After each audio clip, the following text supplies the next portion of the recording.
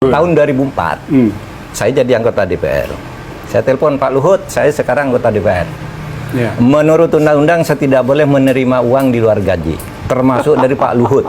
Lu mengapa katanya? Saya kan tidak urusan suap menyuap katanya Pak Luhut.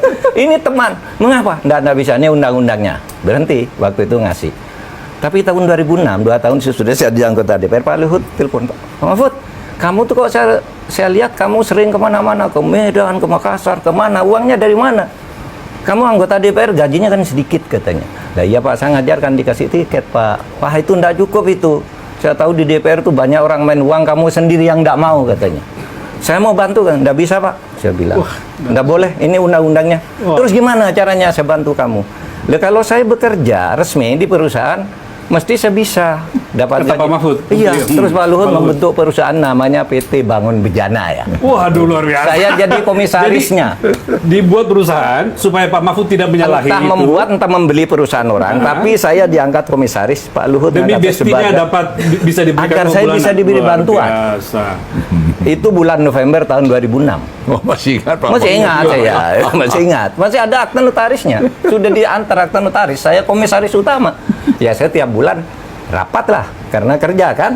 Dan yang nganteri uang kepada saya atau ngirim lewat bank itu si Mbak Uli, yang sekarang Uli ketua putrinya Kartika beliau. Persit ya, ketua istri Iya, Kartini Mbak Uli. istrinya Pak Maruli. Iya, Istrinya iya, Pak Maruli. iya, iya, Itu iya, yang Pak Mahfud uangnya sudah transfer. Pak Mahfud, Wah, ayo luar makan biasa. bersama nih gajinya gitu. Tiap Jadi bulan. Pak Luhut dan anak-anaknya berarti yang care. Iya Pak. Lalu begini, kalau rapat kan biasa ceplas tuh. Kamu jangan main-main ya. Pak Mahfud nih, saudara saya, gajinya jangan sampai telat gitu.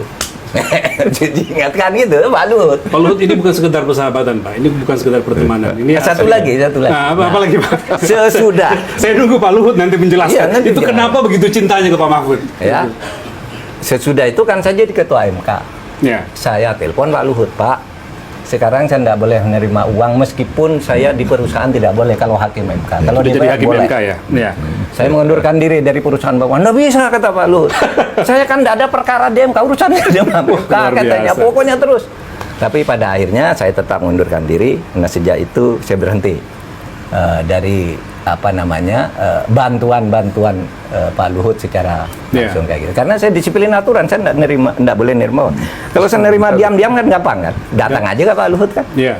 Tapi saya aturannya tidak boleh kok gitu.